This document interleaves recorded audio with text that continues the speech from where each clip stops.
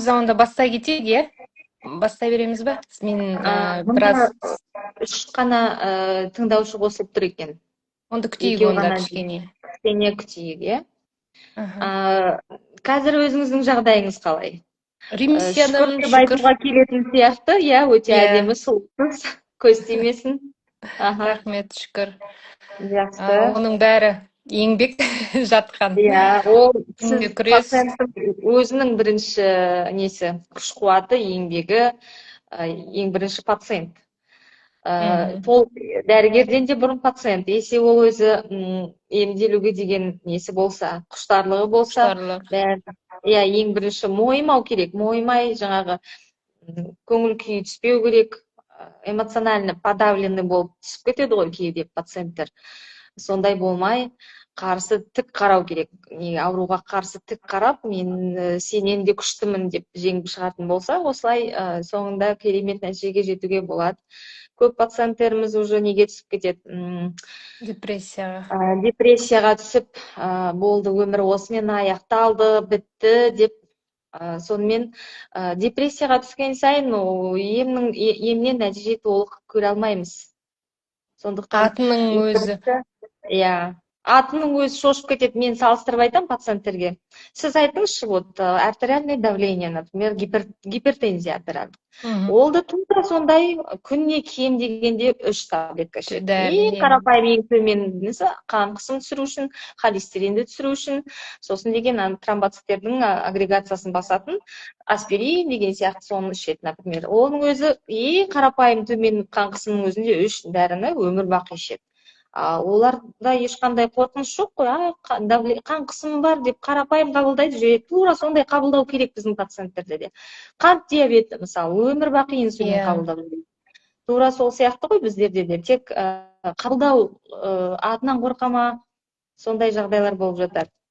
Атынан бұрын көбісі қазір ғылыми тұрғыда көп ақпарат жоқ қой, нақтылы. Содан да адамдар қорқады негізі көбісі. Бірақ таңертең оянуға адамның құштарлығы, алдындағы мақсаты мен арманы болса, иә, ары қарай күнде қадам басуға күш қуаты жетеді деп ойлаймын. Иә, міндетті түрде. Әзірге 8 адам болдық. Қалай ойлайсыз? Бастай берейік па, жайлап? Кыздар, бастай беріңіз, потому что в процессе нашей школы они будут присоединяться. Рахмет. Жақсы, бастайық ендеше. Біздің бірінші сұрағымыз биологиялық терапия туралы ақпарат берсеңіз кішкене, қарапайым тілмен. Енді медициналық сөздерді көбінесе түсіне бермейміз ғой, қарапайым қыздар кухняда деп қойынды. Сөздердің өзінен қорқып кетеді ғой. Сол түсініксіз, қиын, қосымша, ұзақ әріптері, бұрын естімеген әріптердің бірігуінен жасалған сөздерден қорқып кетеді. Жалпы биологиялық терапия дегеніміз не? Биологиялық терапия дегеніміз өзі аты айтып тұр, иә, биологиялық деп. Басқа препараттарға қарағанда синтез арқылы алынбаған, яғни биологиялық, тірі, живой, яғни тірі ағзаның жаңағы элементтерінен жасалынады, яғни культивирование дейміз ғой, өсіреді. Мысалы, ол кейбір біздің биологиялық препараттарымыз человеческий моноклональный антитела деп жатамыз, адамның кейбір жаңағы, оны енді тереңдетпей ақ қояйық, көп жағдайда жануардан, яғни сүтқоректілерден, тышқанның, мысалға, мышиный деп жатады, 85% жаңағы человеческий, ойбай, кейде наоборот керісінше 85% мышиный, 15% человеческий, адамдық деп жатады. Сол табиғи тірі клеткалар. Мысалы, бұл ол деген кейбір препараттарды бактериялардың өзінен алуға болады. Саңырауқұлақтардан, жаңағы сондай тірі ағза, табиғатта өсіп тұрған тірі дүниенің клеткасы алынады, гендік инженерлік жол арқылы өңделеді ол препарат, өсіріледі, өңделеді, сол арқылы жасалсын. Сол себептен де бұл препараттың ең бірінші бағасы жоғары болады, өйткені жасалу процесі күрделі, және де оған көп еңбек, көп қаражат жұмсалынады, сол себептен бағасы жағынан қымбат келеді, және де аналог, тура сондай аналогты жасаудың мүмкіншілігі жоқ. яғни тура сондай қосымша дүниелер жасай алмай, тура соған ұқсатып жасанды дүниелер жасау мүмкіндігі өте қиын, өте аз. Сол себептен де бұл препараттардың атауы осыдан келіп шыққан. Биологиялық тірі ағзадан алынады, соның субстратынан, клеткасынан алынады, гендік биотехнологиялық жолменен ол өңделеді. Соны біз биологиялық терапия деп атаймыз. Рахмет. Бұл ем түрі қашан және қалай пайда болды? Бұл ем түрінің пайда болғанына өткен ғасырдың 1900 жылдарынан алғашқы биологиялық препараттар пайда бола бастаған. Әрине ол кезде біздің елде, мынау ТМД елдері дейміз ба, ол елдерде, әрине ол елдерде емес, бізге кейіннен 2000 жылға қарата кіріп келді. Ең бірінші бұл препараттар ісік ауруларына, онкологиялық ауруларға қолданылған. Кейіннен бастап 1999-98 жылдарда ең бірінші инфликсимаб, яғни бірінші алғашқы биологиялық препараттардың бірі фактор некроза опухоли дейміз, немесе ісік некроздаушы фактор деп айтамыз. Осы фактордың атауы да сол, онкологиялық аурумен ауыратын клетканы зерттеген кезде, адамның сол кезде тауып алған бұл дүниені, сол себептен атауы да осындай, ісік некроздаушы фактор деп аталады. Осыған қарсы инфликсимаб деген биологиялық препарат жасап шығарылып, ревматоидты артрит кезінде ең бірінші 99-98 жылы қолданысқа кірген екен бұл препарат. Кейіннен 2000 жылдардан кейін басқа да ретуксимаб, аданимаб деген сияқты басқа да биологиялық препараттар еніп жатыр. Ал біздің мынау Қазақстанда соңғы мынау 2000-нан бері қарата, соңғы 15-20 жылдықта жайлап біртіндеп кіріп бастады. Соңғы 10 жылдықта активті түрде, яғни белсенді түрде қолданылып жатыр. Ол неге олай басында қолданылған жоқ? Өйткені ол препараттар туралы бізге түсіндіретін, ол механизмі қандай екенін, оның қаншалықты нәтиже беретінін бізге ақпарат беретін ақпарат көздері болмаған. Және де ол препаратты қолданған кезде, жаңа дүниені қолданған кезде қорқыныш болады ғой бәрібір. Ол қалай әсер етеді? Одан ешқандай кері әсерлер болмай ма?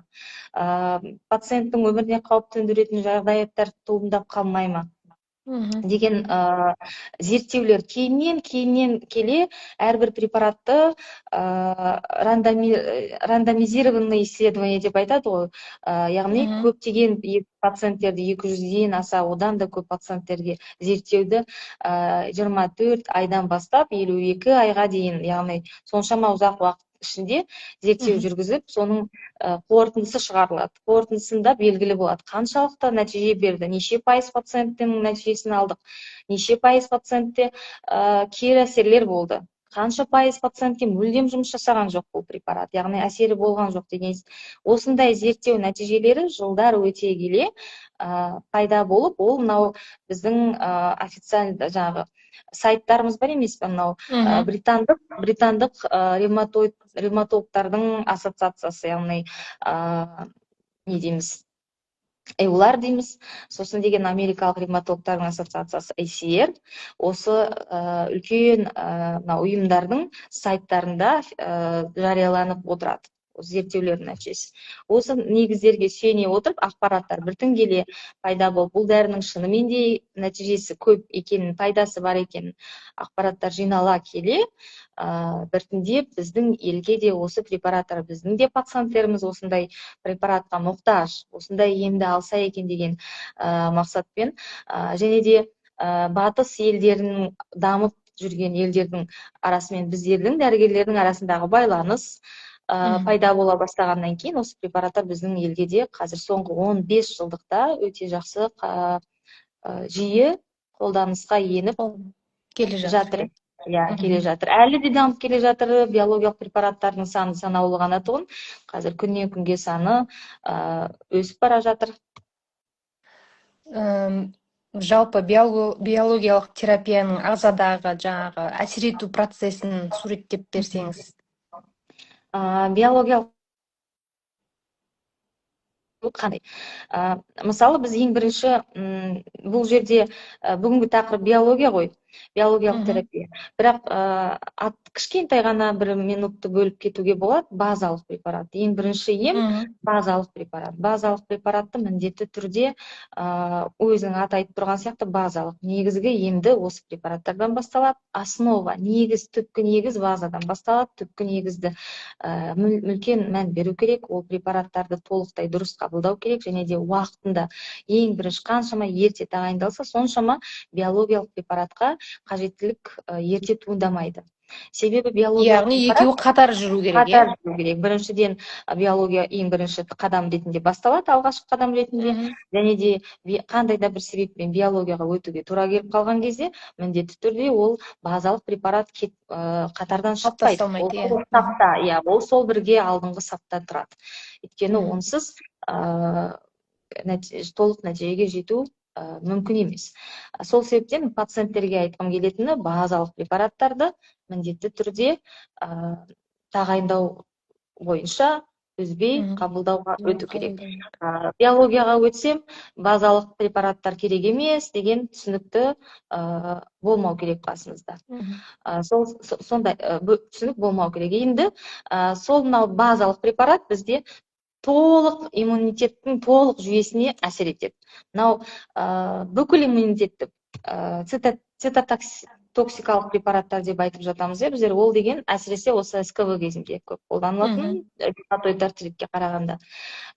Бұл не істейді? Бүкіл иммунитеттің барлық звеносын басады. Сол себептен иммунодефицит жағдай туындайды пациентте. Қосымша иммундық жүйе әлсірегеннен кейін қосымша туындайтын жарты жолдан еніп келетін инфекциялық аурулар күшейеді. Қосымша иммунитет түскеннен кейін басқа да ішкі ағзалардың қызметінің әлсіреуіне тағы кері әсерлерге алып келетін болса, ал биологиялық препараттардың жұмыс жасау енді тікелей сұраққа жетіп келдік. Тікелей жұмыс жасау бағыты қандай? Биологиялық препарат мынау патогенез, ревматоид артриттің патогенезінде ең бірінші кішкене ғана, чтобы ары қарай біздің пациенттерге түсінікті болу үшін айтып өтейін. Ревматоид артрит басталған кезде қандай да бір сыртқы себептен, немесе ішкі ағзадағы иммундық жүйе, немесе гормоналдық жүйедегі өзгерістен себебі нақты белгісіз, ешқандай нақты себепті ешкім бөліп айта алмайды. Қандай да бір себеппен иммундық жүйеде бұзылыс жүреді. Яғни Т лимфоциттер біздің ағзамызды қорғап жүреді. Иммунитеттің екі үлкен командасы бар. Т лимфоциттер және Б лимфоциттер. Осы Т лимфоциттер бізде не істейді? Шектен тыс активтеліп кетеді. Өте көп көлемде бөлініп активтеліп кетеді шектен тыс. Және де мынау ревматоид артритте мына буынның синовиальды қабатында өте көп көлемде Т лимфоциттер жиналады дағы, олар Б лимфоциттердің келесі өзінің екінші звеносының активтенуінен алып келеді. Яғни екінші звеноның активтелуіне алып келеді дағы, олар антидене түзе бастайды. Өзінің ағзасындағы шынайы өзінің ағзадағы өзінің клеткасына қарсы антиденелерді түзетін Б лимфоциттер активтеніп кетеді. Осы екеуі активтенетін кезде бір-біріне информацияны беріп, қабыну басталды, жаңағыдай сапқа қосылу, біздер шабуылға шығып бара жатырмыз деген хабарды бір-біріне жеткізетін екі ортада елші болу керек қой. Осы елшінің қызметін цитокиндер атқарады. Цитокин деген белок бар. Оның түрлері көп. Фактор некроз, жаңағы ісік некроздаушы фактор, интерлейкин 6, интерлейкин 1, интерлейкин 17 кете береді. Осы цитокиндердің өсуіне алып келеді. Цитокиндер не істейді? Провоспалительный деп айтамыз, қабыну алды цитокиндері қабынуды өршітіп жібереді. Жалпы ағзада қабыну процесін бастап жібереді. Қабыну процесі басталған кезде ревматоид артрит кезінде мынау буынның сыртында буын синовиальды қабат бар. Осы қабаттың қабынуын алып келеді. Ол қабынудың активтілігі соншалықты синовиальды қабат өзінің табиғи бастапқы қалпынан бұзылады, өзгереді. Панус деген, яғни қатайып қалыңдай бастайды. Панус деген дүниеге жеткізіледі.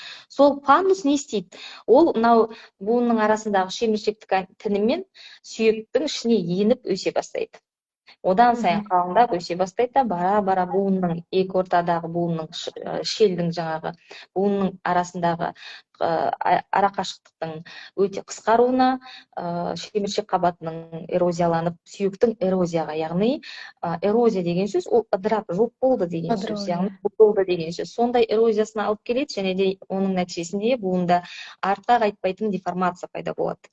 Деформация буындардағы қисаю, және ол буынның толық қызмет атқара алмайтындай деңгейіне, яғни инвалидтік деңгейге жеткізіп келеді. Осы жаңағы жоғарыда айтып өткен, жеке айтып өткен Б лимфоциттер, Т лимфоциттер, соның арасындағы елшілер хабарласып, ана жақты да активтеп жүретін, шабуылды өршітіп жүретін дүниелерге қарсы тікелей жаңағы базалық препарат бүкіл ағзаның иммундық жүйесіне әсер ететін болса, биологиялық препарат тікелей осы жоғарыда айтып өткен дүниелердің тікелей біреуіне ғана барып әсер етеді. Бараттағы сол дүниенің басылуына септігін тигізеді. Бүкіл әлемдік зерттеулердің нәтижесінде қай аутоиммундық ауру кезінде қай жүйе өршіп кетеді, қай цитокиннің қызметі өршіп, жаңағыдай шабуылға дайын болып, саны өсіп кетеді, өз клеткасын танымай өзіне шабуыл жасайтындай дүние қай процесс,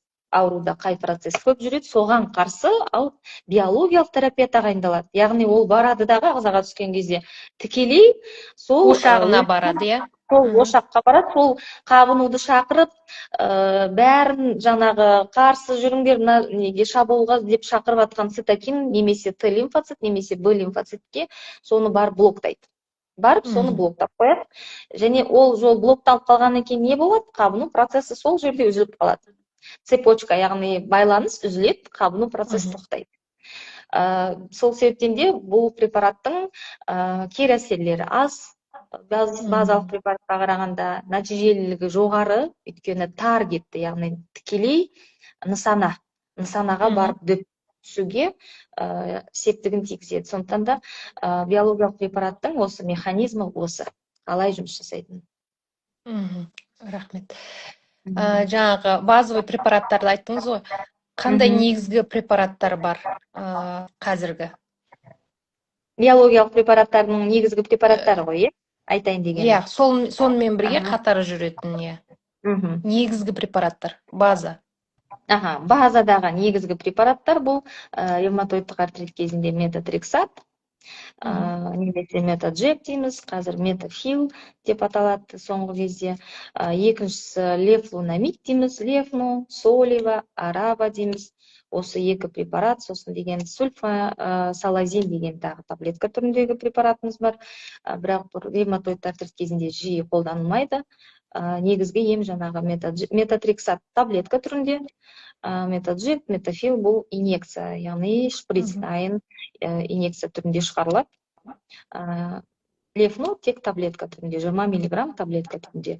Бұл негізгі базалық препараттарымыз. Екінші, биологиялық препараттардың да атауын айтып өтейін, осы жерде. Иә, айта бер. Биологиялық препараттар жаңағы ең бірінші, тура бар, бәрі осы патогенез. Патогенез дегеніміз ол не? Ол деген ревматоид артрит жалпы қалай пайда болады өзі?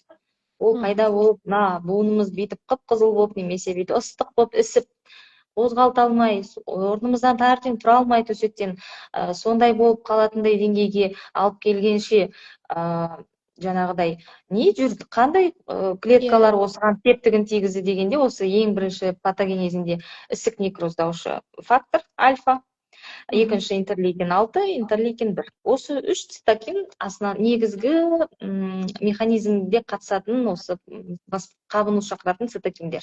Сондықтан соның ішінде ең біріншісі ісік некроздаушы, фактор некроза опухолиға қарсы тікелей препараттар. Ең бірінші препарат бұл инфлексимаб, ремикейт деп аталады, жаңа жоғарыда айтып отқан. Ең бірінші препарат. Екіншісі адалимумаб, этанарцеп дейміз, немесе энбрейл деп аталады. Екіншісі тағы қандай препараттар болды бізде? Галимумаб дейміз, симпани деп аталады қазір. Осы препараттар, серталимумаб, осылардың барлығы бізде биологиялық препараттардың ең бірінші осы фактор некрозаға қарсы жұмыс жасайды. Екіншісі интерлейкин 6-ға қарсы жұмыс жасайтын препараттар, бұл тоцилизумаб дейміз, немесе актемравид екінші атауы. Екі тағы бір препарат бар, бұл левилимаб деп аталады. Бұл негізгі осы екі препарат. Үшіншісі интерлейкин 1-ге қарсы препарат. Бұл канакинумаб деп аталатын препарат. Енді осы жерде айтып өтейін, биологиялық препараттың құрылысына байланысты екі түрге бөлуге болады. Бірінші кіші, ұсақ молекулалы түр. Ұсақ молекулалы түр клеткаға енуге өте бейім болады. Сол себептен оны капсула, таблетка түрінде шығаруға болады, оны ішке қабылдайды, яғни жұтып ішу арқылы қабылданады. Сол себептен де бұны біздер таргеттік, яғни нысанаға тиетін препараттар деп айтамыз. Екіншісі бұл үлкен клеткалар. Үлкен қалай айтсам болады, гуманизированный дейді, яғни адамның ағзаның клеткасына жақын, ұқсас жасалынған гуманизированный клеткалар. Олардың өлшемі үлкен болады. Сол себептен де оларды үлкен өлшемдегі клеткалар дейміз. Олардың жасанды синонимін жасау қиын. Сол себептен де бұлар клетканың ішіне кіре алмайды. Сол себептен бұларды тек қана жаңағы инъекция түрінде шығарады. Подкожно, тері астына немесе жаңағы вена ішіне тамшылатып енгізетін түрмен шығарады. Бұларды ауызға ішкен қабылдаған кезде жойылып кетеді. Асқазан сөліменен мүлдем жойылып ыдырап кеткендіктен, сол себептен ішке ішуге болмайды. Сондықтан осындай екі түрін бөлуге болады. Осы негізгі төртінші препарат бар. Т клеткаларды басатын, жаңа жоғарыда айтып өткен Т клеткалар ең бірінші активтілігін күшейтіп, жаңағы бәрін бүлдіруге себепші болатын Т клеткаларды басатын препарат бар, абатацеп деген. Ревматоид артрит кезінде өте жақсы жұмыс жасайды. Екінші, соңғы препарат Б клеткаларды басу керек. Б клеткалардың негізі подтиптері көп, CD клеткалар деп айтамыз. Б клеткалардың беткейінде CD клеткалар отырады. CD деп аталады ол. CD клеткаларын CD4, CD8, CD19-20 деп айтамыз. Осы CD4 ең бірінші ағзаны қорғауға қызмет атқаратын, ең бірінші танитын бүкіл бөтен адам, бөтен дүниелерді. CD4 осы CD19-20 деген клеткаларға блок салатын Б клеткаға қарсы препарат ритуксимаб деп аталады. Сол себептен де үлкен клеткалы, құрамы үлкен клеткадан тұратын препараттардың соңына АБ деген адаlimumab дейміз, галимумаб дейміз, ритуксимаб деп айтады. Яғни мап деп бітетін препараттардың барлығы үлкен клеткалы моноклональды деп айтады. Моноклональды ірі клеткалы препараттар. Осы негізгі қабынудың біреуін негізгі бір препаратты бастаймыз, әрине пациенттегі жағдайға өзгеріске қарап. 3-6 айда егер нәтиже болмаса, демек ағзада басқа интерлейкиннің күші артып кетті. Бұл біздің соған қарсы препаратты тағайындап көреміз деп, басқа препаратқа осылай өтуге болады, егерде нәтиже болмай жатса. Биологиялық терапияның қабынуды толық тоқтата ала ма, әлде уақытша кішкене өршуін басады ма? Биологиялық препарат қабынуды толық тоқтата алады, егерде нысанаға дөп тиетін болсақ. Өйткені көп жағдайларда бізде лабораториялық мүмкіндік болмай жатады. Мысалы, фактор некроз опухолінің деңгейі қаншалықты екенін анықтай алмай жатамыз кейде лабораториялық тұрғыда. Өткен айда ғана менде пациент болды, өте жоғары активті ревматоид артрит, ешбір емге көнетін ойы жоқ. Сол себептен біздер тағайындаған кезде интерлейкин 6 тағайындалды. Не үшін? Ол кісі интерлейкин 6-ның деңгейін тапсырды анализде. 16-ға дейін норма болатын кезде ол кісіде 1862. Өте неше есеге дейін өсіп кеткен. Демек, бізде нақты результат анализдің несі бар қолымызда. Демек, алға тек осы цитокинді басу керекпіз. Осыған қарсы препарат тоцилизумаб, актемраны енгізіп бастадық, нәтижесі жаман емес. Сондықтан толықтай қабынуды тоқтата алады. Тек қана уақытша басу ғана емес, қабынуды толықтай тоқтатып, ремиссияға жеткізе алады. Ремиссияға жеткен кезде бізде тіпті препаратты толық демалыңыз деген жайттар да кездеседі өте көп. Жақсы. Бұндай препараттар кімдерге ұсынылады және қай кезде бастау керек? Жалпы. Бұл препараттар барлық пациенттерге ұсынылады. Тек кейбір пациенттерге біреуге ерте, біреуге кештеу бастаймыз. Ешқандай шектеу болады. Кейбір пациенттерде оған дейін қандай да бір инфекциялық аурулар өршіп тұрса, сол кезде ғана біраз уақытқа тоқтау болады. Себебі сол қабыну процесін инфекциялық қабыну процесін жеңіп алу керекпіз ең бірінші, содан кейін ғана өтуге болады. Барлық пациенттерге кедергісіз жаңағыдай тағайындала береді. Көрсеткіш қандай енді? Ең бірінші көрсеткіш тағайындауға. Базалық препараттан нәтиже болмаған кезде тағайындаймыз. Базалық препараттың нәтижесін біз 3 және 6 ай күтеміз. Егер де 3 және 6 айдың ішінде мүлдем нәтижеге біздің алғашқы 3 айда біз қабынуды 50%-ға басу керекпіз, жету керекпіз сол нәтижеге. Алғашқы 6 айда біз ремиссияға, яғни толықтай деңгейге жету керекпіз, ремиссияға жетуге тырысу керекпіз. Егер осы біздің қойған мақсатымыз орындалмаса, нәтиже болмайтын болса, препаратты тағайындағаннан, сол кезде бізге бірінші көрсеткіш биологиялық препарат тағайындауға. Екінші көрсеткіш өте жоғары активтілік. Аурудың активтілігі өте жоғары. Қабынудың процесін көрсететін острофазалық дейміз ғой, жаңағы жедел фазалық көрсеткіштеріміз бізде сойы, С-реактивті белок, жаңағы ферритин, фибриноген, тромбоциттер деген дүниелеріміз бізде өте жоғары, емнің нәтижесіне қарамай әрдайым жоғары болып тұратын болса, тағы бір көрсеткіш. Тездетіп биологиялық препаратқа өтуге тағы бір көрсеткіш. Екіншісі, өте тез агрессивті түрде жүретін артрит, ревматоидты артрит, бірден деформация, яғни өте тез деформация, буындардың деформациясы қисаюына алып келсе. Екінші, эрозиялық процестің буындағы өте ерте түсіп пайда болуы. Яғни рентген түсірген кезде буындарға рентген сәулесінде сүйектердің эрозияға ұшырау, яғни ойылып, дөңгелек болып сүйектің тінінің жоғалып қалған ошақтарын көруге болады. Сол кезде негізгі көрсеткіш болып табылады биологиялық препаратты бастап кетудің. Осы 3 негізгі көрсеткіші бар. Сол препараттан ол препаратты өмір бойы қабылдауға бола ма, әлде арасында демала ма пациенттер? Препаратты өмір бойы үздіксіз қолданудың қажеттілігі жоқ. Биологиялық препараттың нәтижесін тура солай базалық препараттың нәтижесін біз 6 ай, 3 ай күтеміз, 3-6 ай күтеміз дедік қой.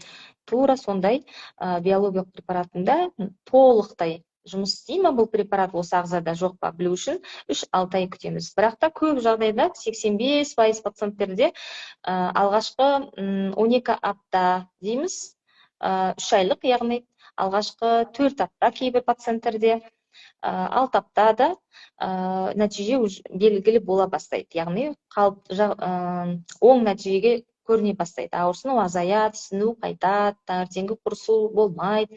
Осындай нәтижеге жете бастаймыз. Ремиссияға яғни толық сенімді болу үшін 18 ай, яғни 1,5 жыл үздіксіз препаратты қолдану ұсынылады. Одан кейінгі жағдайда бақылау, анализдер, сыртқы көрінісі пациенттің буындардағы өзгеріс, рентген, УЗИ өзгерістеріне қарап, тағы да біраз бақылауға болады. Егер де 2 жыл және одан көп уақыт ішінде нәтиже толық жақсы, ешбір сол уақыттың ішінде эпизод дейміз ғой, асқыну, буынның ісу эпизодтары қайталанбаса, анализдер мүлдем жаңағы өршіп тұрған процесті көрсетпесе, онда препаратты арасын ұзартамыз, бірінші интервалды ұзартып, әр препараттың тағайындау өзі әрқалай.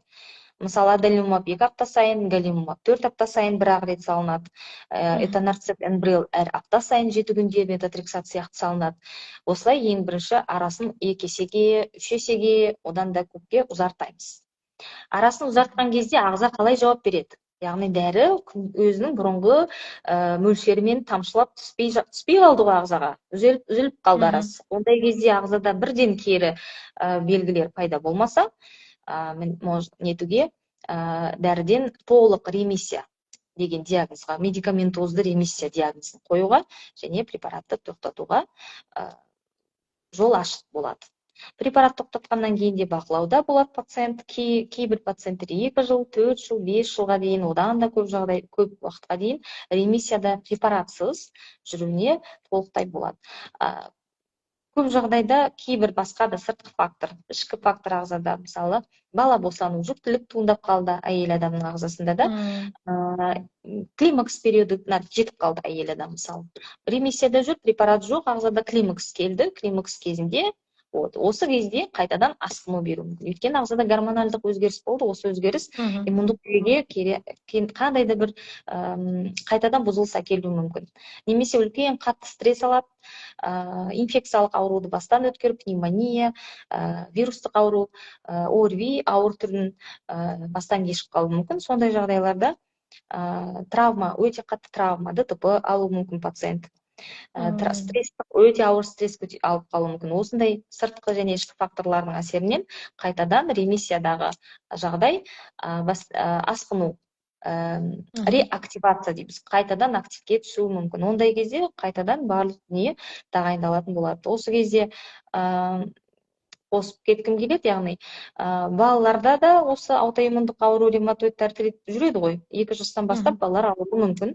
Бұл балаларға да үздіксіз базалық препарат және биологиялық препарат 2 жылдан кем емес уақыт үздіксіз тағайындалады. Осы уақыттың ішінде ешбір қайталау процесі болмаса, асқынудың қайталау процесі болмаса, сонда сөз қозғауға болады. Алып тастау, ұзарту арасын, дәріні тоқтату деген әңгімені, тақырыпты көтеруге болады. Сондықтан өмір бақи үздіксіз қолдану деген сөз жоқ. Препараттар өзгеру мүмкін, ауысып отыру мүмкін. Ағза өте ақылды ғой, адамның ағзасы өте ақылды. Иммундық клеткамыздың сау жүйелері бар ғой, барлығында бұзылыс жүрмейді ғой, бір ғана звенода бұзылыс жүреді. Сол звеноға біз тура дөп түсетін болсақ, нәтижеге тез жетеміз. Басқа сау звенода, мысалы, сырттан келіп түскетін дүниелер 1 күн түседі, 2 күн түседі, 10 күн, 15, 1 ай, 2 ай, 5 жыл түсіп жатса, ол дүниеге антидене түзілу қаупі бар. Биологиялық препаратқа антидене түзіледі. Әсіресе моноклональды, гуманизированный, жаңағыдай үлкен клеткалы біздің препараттарымызға антидене түзілуі өте жиі болады. Антидене түзілсе, яғни бұл препаратты жеп қояды антидене. Әсер етпей қалады. Яғни, егерде асқыну жүріп жатса, немесе қайтадан буындар ауырып жатыр, бірақ жеткілікті терапия алып жатыр пациент, ондай жағдайда біз анализге жіберуіміз мүмкін. Яғни концентрациясын препараттың қандағы анықтауымызға болады, галимумабтың концентрациясын, аделимумабтың концентрациясын анықтауымызға болады. Тура осы жерде де лабораториялық тесттердің даму деңгейі де бізге өте көмек береді. Дамыған лабораториялық жаңағы анализдер бізге өте көп көмектеседі. Егерде бізде қолжетімді лабораториялық мүмкіндіктер болса, бірден алуға болады. Концентрациясын көреміз және антидененің санын анықтап береді бізге. Егерде антидененің санынан мөлшерден өте көп өсіп кеткен болса, демек препарат далаға кетіп жатыр, ауаға ұшып жатыр, жұмыс жасамай жатыр деген сөз. Демек, басқа екінші препаратқа өту керек деген сигнал болады. Осы жерде неге біз жоғарыда айтып өттік пе, неге биологиямен бірге бір уақыт бірге жүреді базалық препарат? Базалық, иә. Бүкіл әлемдік зерттеу дәлелдеген, осы метотрексат, базалық препарат, методжек, биологиялық препараттарға қарсы түзілетін антидененің түзілуін баяулатады. Тез ерте антидене түзілмеуінің септігін тигізеді, және де 2 препарат бірін-бірі толықтырып, нәтижесі 100%-ға жаңағы жоғары деңгейде болады, бірін-бірі толықтырады. Сол себептен де базамен бірге жүреді әрдайым. Кейбір жағдайларда биологиялық базалық препаратты көтере алмаушылық болады, өте кері әсерлері құсу, жүрек айну, басын көтере алмай бірнеше күнге дейін жатып қалады. Лабораториялық кері әсерлер береді, сүйек кемігін басып тастайды, лейкоцит, эритроцит, тромбоциттеріміз мүлдем түсіп кетеді. Ол өте қауіпті жағдай. Бауыр клеткаларының ыдырауына алып келеді, яғни лизис. Бауырдың гепатоциттерінің ыдырауына алып келіп, бауырлық трансаминазаларды өте жоғары өсіріп жібереді. Токсикалық гепатит деп атаймыз бұл кезде. Осындай жағдайлар болған кезде ғана біз биологиялық препаратты жаңағы базалық препаратсыз жеке өзін тағайындаймыз. Бір өзі жеке өзі болады.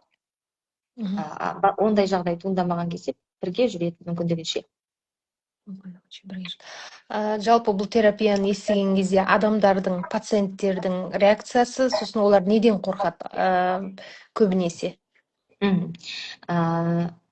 Қазір интернет дамыған ғой.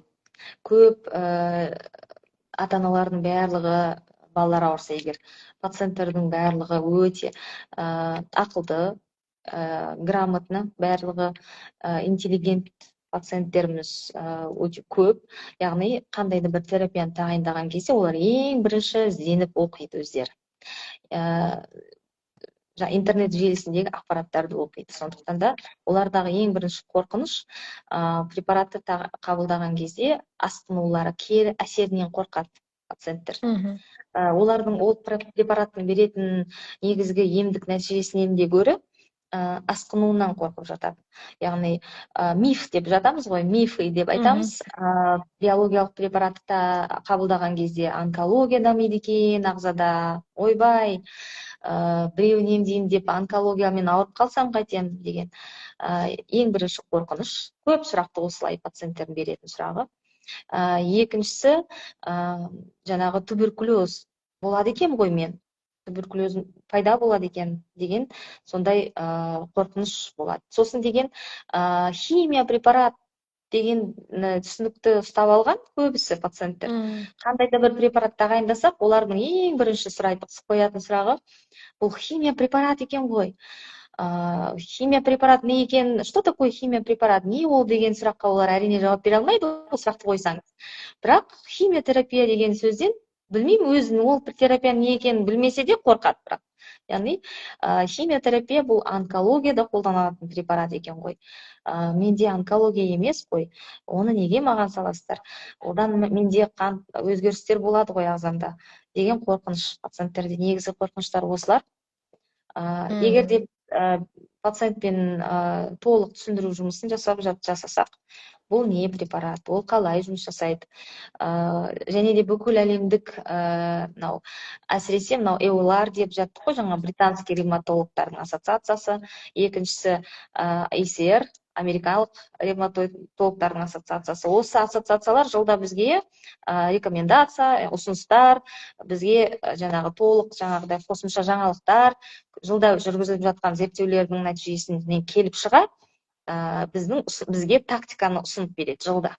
Осындай диагнозбен осылай істеген дұрыс, мынандай кезде былай жасау керек, пациенттерді былай бақылау керек деген ұсыныс жасап береді. Осы ұсыныстың негізінде біз жұмыс жасаймыз. Осы сілтеме біз үшін. Сол организацияның жаңағы жүргізген зерттеулерінің нәтижесінде байланыс аутоиммундық ауру бар пациенттермен биологиялық препарат алатын пациенттер қабылдаған кезде байланыс онкологиялық аурудың дамуымен екеуінің арасындағы байланыс табылған жоқ. Толықтай табылған жоқ. Орысшалап айтқан кезде совпадение дейміз ғой, немесе сәйкестік. Бір-екі жағдай болған сәйкестік, осындай біздің биологиялық препарат қабылдап жүрген пациенттердің бірнеше айдан кейін қандайды бір органның онкологиялық процесі табылған пациенттер жоқ емес бар. Ол енді көбінесе сәйкестікке сай келеді көбірек. Тікелей ол препараттың әсерінен емес. Бірақ та осы салада әлі де болса зерттеуді көп талап етеді. Соңғы сөзді 100% сенімділікпен соңғы нүктені қоятын сөзді әлі ешкім шетелде болсын, Еуропада болсын, Америкада болсын, біздің елде болсын, әлі ешкім толық жаңа қызыл нүктесін, точкасын ешкім қойып айта алмайды. Әлі де көп зерттеулерді талап етеді. Шынымен де осы процестің дамуына алып келе ме жоқ па деген зерттеуді әлі толықтай әлі талап етеді. Сондықтан 100% сенімділікпен бір шешімді айтуға әлі ерте. Иә, әр ағза әртүрлі әсер етеді ғой. Иә, байланыс әлі толықтай 100% деп анықталған жоқ. Мына жерде бірнеше сұрақ бар екен, бірақ оның бәрін сіз жалпы әңгіме барысында атап өттіңіз. Иммунитетке әсері бар ма? Инфекция қаупі арта ма? Қатерлі ісікке әсері бар ма? Қандай тексерулер қажет? Міне, осыларды айтып өтейін, енді.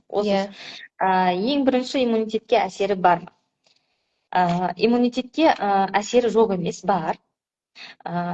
Тіпті бүкіл жаңағы базалық препарат сияқты бүкіл иммунитетті басып тастамаса да, тікелей жаңағы бір звеноға әсер ететін болса да, бәрібір инфекциялық процестің дамуына септігін тигізіп жатады. Себебі иммунитеттің әрбір звеносы әрбір звеносының өзінің атқаратын жұмысы бар. Қандай да бір жалғыз звеноның өзінде жаңағы біз препаратпен не істейміз, оны байлап қоямыз ғой. Әсерін әлсіретеміз, сол звеноның біз бәсеңдетеміз жұмысын, активтілігін төмендетеміз. Сол кезде инфекцияға ең бірінші жиі кездесетін жаңағы пневмония, өкпенің қабынуы, плеврит дейміз, өкпенің арасында, өкпенің сыртындағы қабықтың плевра қабатының мен өкпе арасында судың жиналуы, плеврит жиі дамуы мүмкін. Герпес инфекция, яғни вирустық инфекцияның, герпес инфекцияның өршуі дамуы мүмкін. Және де бұның барлығы иммунитеттің кішкене жалғыз бір звеносы төмендегеннің арқасында болуы мүмкін. Екіншісі, яғни бірақ та мынау пайда болуы мүмкін инфекциялық асқынумен бұл препараттан келетін пайданың екеуін салыстырып таразының екі басына қойған кезде алатын біздің әсеріміз, пайдамыз таразының басып кетеді салмағы көбірек. Пайда болатын инфекцияның несі аздау. Әрине, бұл препаратты берген кезде біздер міндетті түрде осы инфекция, осындай жағдай дамымас үшін міндетті түрде бақылау болады. Анализдерді бақылауға аламыз, зерттеулерді бақылауға аламыз, пациенттің өзін әр 3 ай сайын, қажет болса әр ай сайын қарауға аламыз. Өзінің әрбір препаратты тағайындаған кезде тағайындалатын қосымша, мысалы біз ретуксимаб тағайындайтын болсақ, пневмоцисті пневмония дамуына септігін тигізеді, әсер етеді. Сол себептен бұл препарат қабылдаған кезде біз не істейміз? Препарат міндетті түрде таблетка бар біздерде, бисептол деген. Соны тағайындаймыз алдын алу мақсатында, профилактикалық тұрғыда. Және де бұл препаратты алып жүрген пациенттерге инфекциядан қорғану, ауырып жатқан пациенттермен қарым-қатынасты азайту, жалпы толық жаңағы дұрыс тамақтану, дұрыс өмір салтын ұстау, уақытылы ұйықтау, уақытылы жаңағы шамасы келетіндей спортпен де айналысуға мүмкіндік береміз. Спортпен айналысу, осының барлығын дұрыс қатар дұрыс алып жүретін болса, ағза дұрыс биоритммен жүретін болса, асқынулар өте сирек кездеседі, жиі болмайды. Сол себептен де ондай қауіп жоқ емес, бар. Сондықтан да біздер пациентті биологиялық терапияны бердік, алда жүре бер айналайын, күшті боласын деп жіберіп қоймаймыз. Міндетті түрде қалай айтсам екен, именно осы пациенттер дәрігердің тікелей бақылауында болады. Жоғалып кетсе, қайдасыз, қайда жүрсіз, келіңіз деген қабылдауға деп біздер шақырып отыратын боламыз. Сол себептен де екінші қорқыныш жаңағы иммунитетті әлсір ете ма дегеннен бөлек, жаңағы кішкене әлсір ету қаупі бар, бірақ ол алатын пайдамыздан төмен. Екінші, қаншалықты жаңағы сұрағыңыз қауіп бұл препарат тағайындаған кезде, мынау біздің ең бірінші жиі тараған дүние ол туберкулез. Туберкулездің латентті түрін реактивация, қайтадан активтілікке ояту мүмкін. Мысалы, біз қоқ таяқшасын, яғни туберкулез шақыратын таяқшасын ауа тамшылы жол арқылы автобуста кетіп баратыр, мысалы жұттық. соны демімізбен жұттық делік. Біздің ағзаға ол түсті, біздің иммунитетіміз онымен күреседі, ол инфекцияның күшін жоя бастайды. Онан кейін біздер қандай да бір қосымша, мысалы жөтеліп бастауы мүмкін, бронхит деп диагноз қою мүмкін, тағы басқа диагноз қояды алғашқы кезінде. Антибиотик бере бастаймыз, антибактериалдық терапия береміз. Сонымен басқа да иммунитет, дәрі-дәрмек, тағы басқа функциялардың ағзаның арқасында қоқ таяқшасы әлсірейді. Әлсірейді дағы ерекше формаға, өте ұсақ. Егерде өлшемі 2-ден 6-8-ге дейінгі МКМ деп айтамыз болатын болса, ол 0,25-ге дейінгі өте ұсақ микроформаға ауысып алады. Ол микроұсақ формасы туберкулездің біздің ағзамызда антибактериалдық фильтр бар. Иммунитеттің құрамымен макрофагтар, лейкоциттер жасайтын. Сол фильтрді көрмей қалады, өтіп кетеді ол фильтрден. Бұл екінші, оның ерекшелігі. Сосын деген оны L-форма деп атаймыз. L-форма дегеніміз, бұл сыртында ерекше жаңағыдай қабығы болады. Туберкулезді қоқ таяқшасының ерекше қабығы болады. L-форманың ол сыртқы жаңағы препараттар, мысалы туберкулезді статикалық препараттар дейміз, туберкулезге қарсы қолданылатын препараттар оларға әсер ете алмайды екен. Яғни ол өзінің сыртына ерекше қабықша киіп алады. Препараттар оған әсер етпейді, өзіне ыңғайлы жерде табады да, сол жерде ұйықтап жатады. Енді мынау биологиялық препаратты берген кезде әсіресе фактор некроза опухоль деп айттық қой жоғарыда.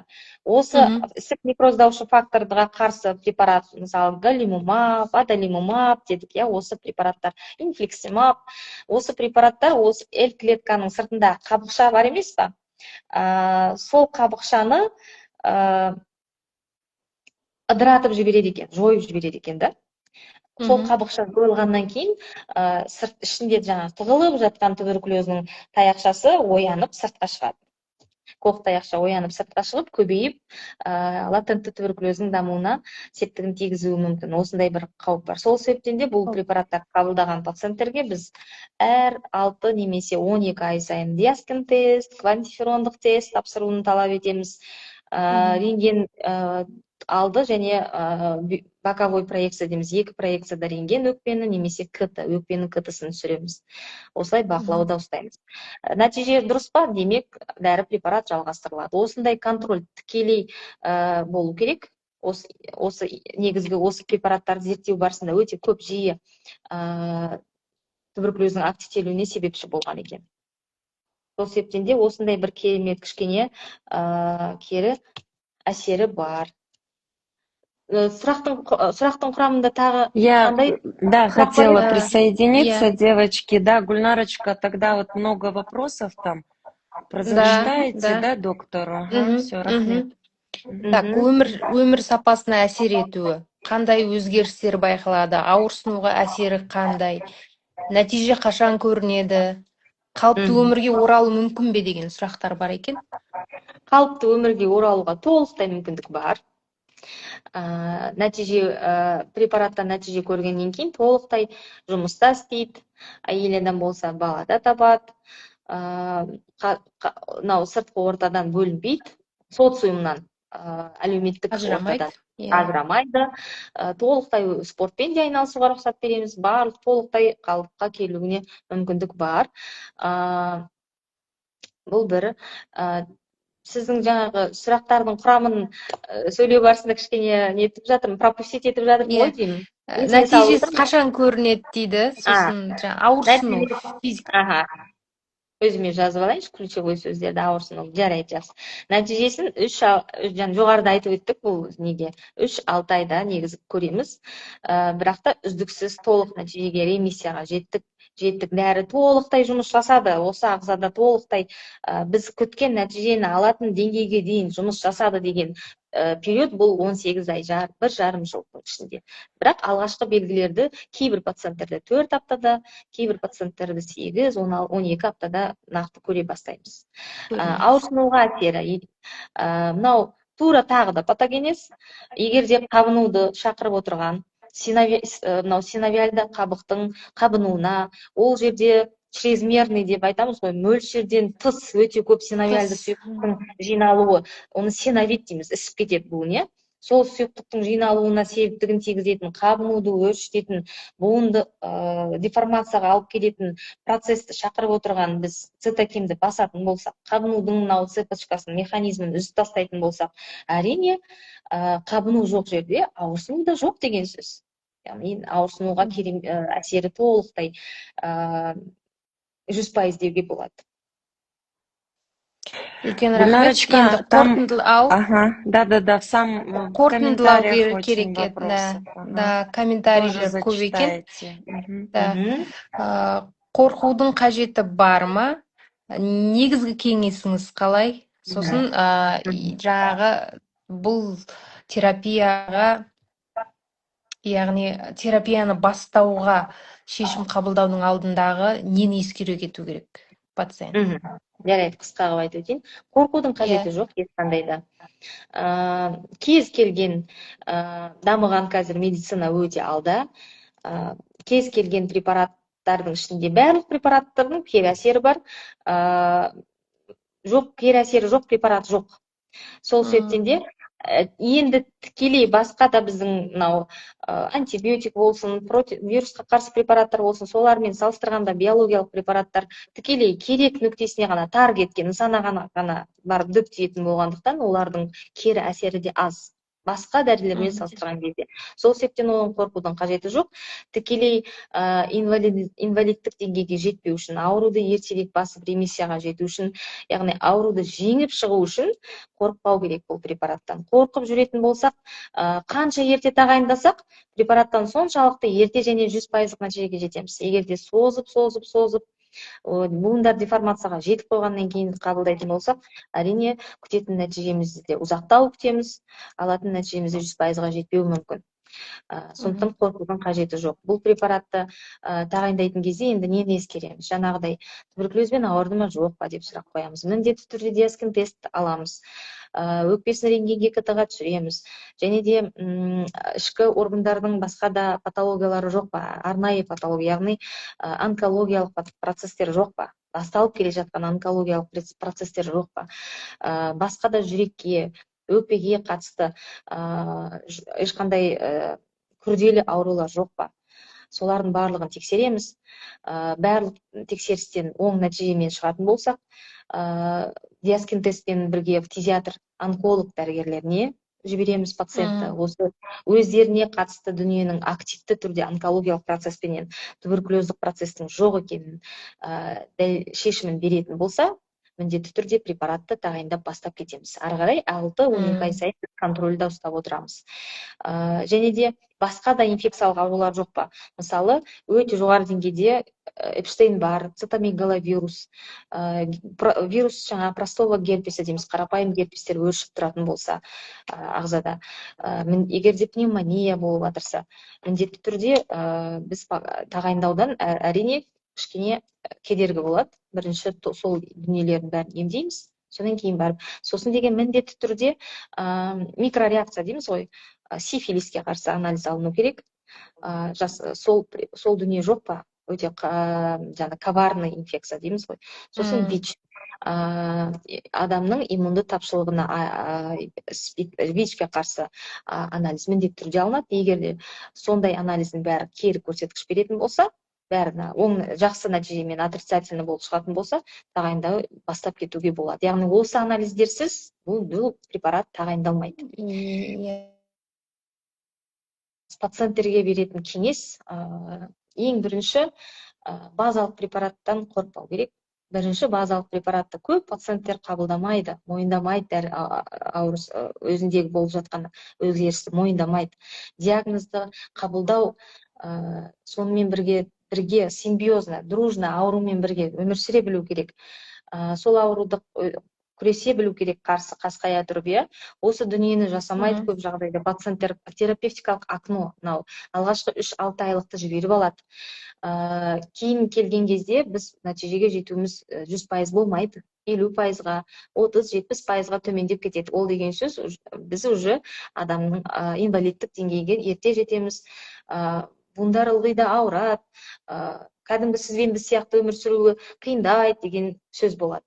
артқа кете алмайсыз, артқа қайтара алмайсыз өткен уақытты. Сол себептен де ең бірінші ауруды, диагнозды қабылдау керек пациент, күресе білу керек, дәрігердің рекомендациясын, ұсыныстарын толықтай орындау керек, және де дәрігер мен пациенттің арасындағы диалогты, байланысты үзбеу керек. Әрдайым пациент дәрігерге қандай да бір сұрақ болса, бірден дәрігерге жүгіну керек. Көп пациенттеріміз бар, емшіге кетеді, тағы басқа бәленше айтты, түгенше айтты, күшті болады екен осыны істесем деген дәлелі жоқ, негізі жоқ, емдерге жүгініп, уақытысын жоғалтып алады. Сондықтан да бірінші базалық препаратты толықтай уақытылы қабылдау керек, дәрігердің ұсынысын міндетті түрде орындау керек. Қандай да бір сұрақтар болса, тек қана дәрігерге келу керек. Сол кезде ғана поле зрения дейміз ғой, дәрігердің поле зрениясынан қашып жоғалып кетпеу керек. Көп пациенттер бар, бір приемға келгесін айлап жылдап жоқ болып кетеді. Сондай дүние болмау керек. Және де қорықпау керек, диагнозды қабылдай білу керек. Сонда барлығы жақсы болады, толықтай өте ұзақ ремиссияға жетуімізге болады. Пациенттерге айтатын жалпы кеңесім осы. Мұнда Жадыра ханым сұрақ қойған екен.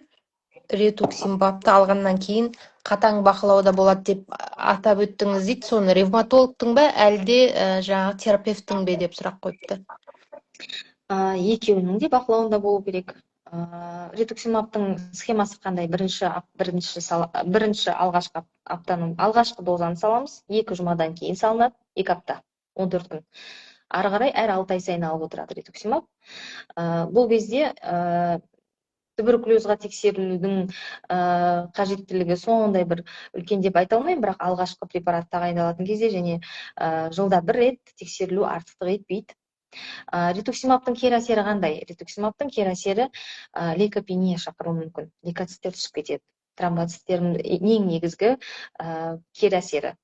Және де иммунитеттің жаңағы Б клетканың звеносы түскеннен кейін ағзада әртүрлі инфекциялық аурулар. Көп жерде жаңағыдай флегмона, кожадағы іріңді процестер, жаралар іріңді пайда болуы мүмкін. Лимфаденит, гнойный іріңді лимфадениттер, лимфа түйіндері көбінесе қабынып жатады, инфекция түседі.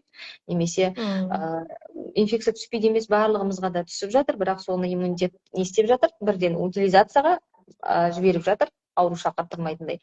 Ал бүгінгі кісілерде сол утилизацияға жүру процесі болмай қалады, іріңді процестер шақыру мүмкін. Сол себептен міндетті түрде тек қана ретуксимаб емес, барлық препараттар қабылдаған кезде әрдайым бақылауда жүру керек. Сондықтан жалпы қан талдауын тапсырып отыру керек, лейкоциттердің деңгейі түсіп кеткен жоқ па, және де пневмония шақырады. Сол пневмонияны болдыртпас үшін биситол деген таблетканы міндетті түрде сол препарат қабылдау уақытысында 1-2 ай көлемінде қабылдау керек. Сондықтан қорқудың қажеті жоқ. Тағы да бір сұрақ қоя кетейін. Атопатиялық дерматиттің пайда болуы СКВ-ға қатысы бар ма дейді? Жоқ, қатысы бар деп айта алмаймын. Апатикалық не шығар? Кешірім сұраймын. Атопический деп айтамыз, яғни типті емес, атипті деп тұр, ол деген сөз қалыпты типті клеткалардың құрылысы бұзылаттағы, яғни бірыңғай плоский дейміз ғой, жалпақ эпителийдің орнына, мысалы, цилиндрлі эпителийға ауысып кетеді, клетканың құрылысы. Сол кезде жай ғана мысал ретінде айттым, чтобы түсінікті болу үшін. Құрылысы өзгереді, басқа тканның өзгерісіне алып келеді дағы, соның нәтижесінде дерматит, яғни кожадағы өзгеріске келеді, терінің өзгерісіне алып келеді, ол қызарады, қабыршақтанады, қышиды ол, яғни өмір сүрудің несіне кедергі береді, қалыпты өмір сүру. Яғни пациентте ылғи да депрессия, стресс, жаңағы қасып, жаңағыдай қышып жүрсе, бір кожасы жаңағыдай қалай айтсам екен, сондай бір дисфункция, жаңағы сол жерде бір ерекше жаман, сондай бір сезім болады. Сол себептен де ал именно тек СКВ мен атопический дерматиттің дамуында байланыс ондай жоқ. Екеуінің механизмі екі түрлі, мүлдем басқа. Пайда болу механизмі де, дамуы да мүлдем басқа.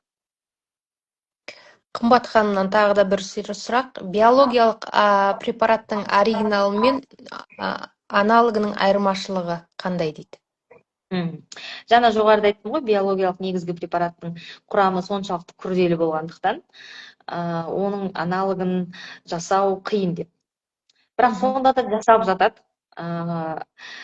Оригинал препараттың әсеріндей әсер етпейді ешбір дженерик. Дженерик дейміз, яғни жасанды препарат. Оригинал препарат әсер ететіндей деңгейде әсер етпейді. Кейбір жағдайларда, кейбір ағзаларға дженериктің өзі жақсы әсер беріп жатады, бірақ сондай жайттар бар, жоқ емес. Ол деген сөз 10 адам дженерик қабылдаса, онының бәрінде әсер болмайды деген сөз емес. Ағзаның не ғой, ағза әрбір адам индивидуум, әрбір иммунитеттің звеносының қандай да бір терапияға қалай жауап беретінін алдын ала болжау қиын. Себебі оның ішінде жүріп жатқан процессті біз ешбір жағдайда шыңызды ашып көре алмаймыз ғой бұлай. Сондықтан да қалай әсер ететінін айта алмаймыз. Кейбір препараттардың дженеригінің өзі керемет нәтиже береді.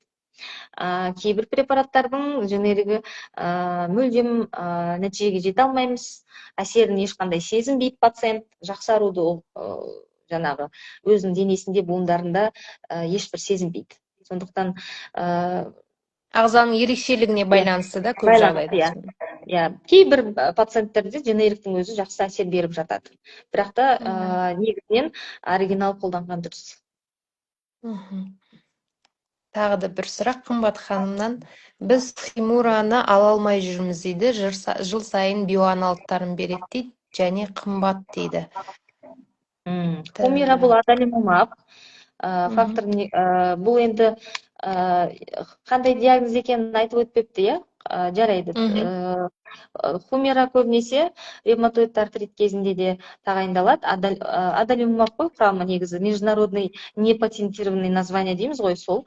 Ал енді хумира бұл оригинал препарат 20 және 40 миллиграмм деп шығарылады, тері астына салынады, әр 2 апта сайын салынады.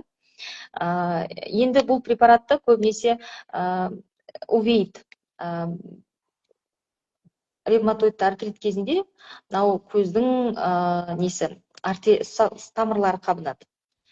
Передний және алдыңғы және артқы увейд деп атаймыз. Көздің өте тез соқырлығын алып келеді. Көз көру қабілетінен қайтымсыз слепотаға алып келеді, қайтпайды артқа. Сондықтан да негізі препарат, таңдаулы препарат осы болып табылады. Өкінішке орай енді бұл жерде мемлекет қазір жоғарыда айтып өттім ғой, тура басында айтып өткен әңгіме, өте қымбат препараттар, өйткені жасалу процесі өте қымбат болғандықтан, күрделі болғандықтан препарат қымбат. Сол себептен де бұны мемлекет не деді, ақша бөледі, қаражат бөледі, финанс бөлу арқылы тағайындап жатамыз пациенттерге. Өкінішке орай биосимуляр деп айтамыз ғой, жаңағы дженерик дейміз, соған ұқсаған симуляр, жақсы ұқсатып шығарған адалира дейміз, жаңағы хумираның жаңағы несі дженеригі.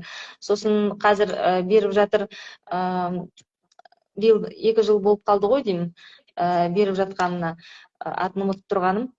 Бұл препараттар толықтай 100% хумира жұмыс жасағандай жасай алмайды, өкінішке орай. Но арзандау, бағасы арзандау. Сол себептен де кейбір жағдайда мемлекет ақшаны үнемдеу, финансты үнемдеу мақсатында кейде арзандау препараттар сатып алынып жатады үкімет жағынан. Сол бар препараттар сосын пациентке беріледі, өкінішке орай. Егер де пациенттің қаражаты қалтасы көтеріп жатса, оригинал препараттар сатып алуына болады. Бірақ оңайға соқпайды. Ол еркін түрде жүргізіле ме? Яғни шетелден бізге ол госзакуп арқылы емес, мемлекеттік сатып алу арқылы алады ғой көп жерде, мысалы.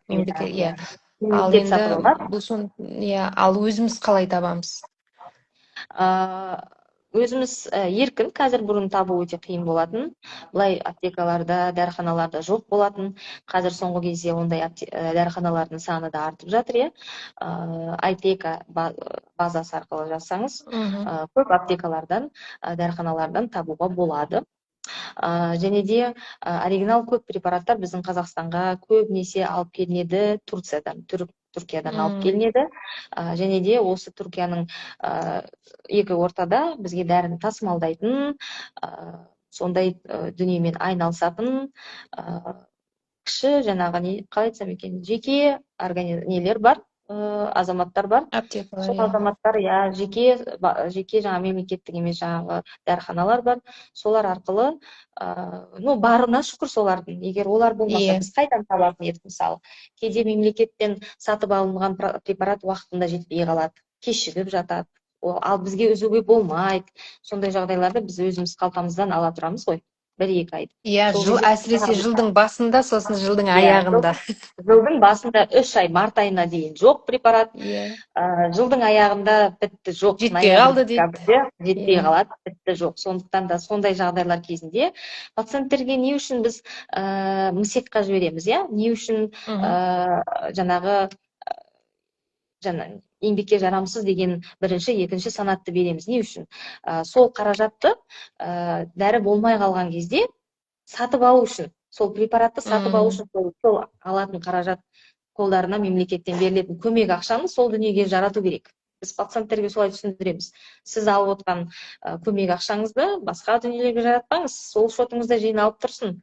Ертең препарат аяғасы жоқ болып қалған кезде сырттан сатып алу үшін берілген көмек ақша бұл. Басқа да мақсаттарға қолданылмау керек ол ақша. Жаңағы үй жағдайына, басқа дүниелерге қолдануға арналмаған. Ел болғасын енді бала шағасына жаратып жібереді. Көбісі жаратып жібереді ғой. Сондықтан да өкінішке орай мемлекет сатып алынған дүниені беріп жатамыз пациенттерге. Ну что делать? Да, Гульнара, там вопросы уже у нас не по теме нашего эфира. У доктора тоже время ограничено, поэтому она еще даже не дома. Очень-очень информативный был сегодня материал. Гульнара, вам рахмет. Үлкен рахмет. Ляззат Сайдуллаевна, вам огромное спасибо за такую вовлеченность. Это дорогого стоит. Для нас очень важна вот такая поддержка, когда мы образовываемся, когда наши пациенты понимают, о чем речь идет. Большое-большое вам спасибо. Рахмет огромный. Рахмет всем, кто посмотрел. Этот эфир будет обязательно сохранен. Этот эфир будет выложен на YouTube-канале обязательно. Если хотите попасть на прием к врачу, пишите нам в личку. Ну и до новых встреч, я думаю. Еще раз рахмет, көп рахмет. Рахмет сіздерге де. 10 мая встретимся, я думаю, Астанада. 10 лет сообществу Люпус Казахстан, Кудай Каласа. Так что до новых встреч. Көп рахмет. Всего хорошего. Сау болыңыздар. Сау болыңыздар. Так, как это выйти?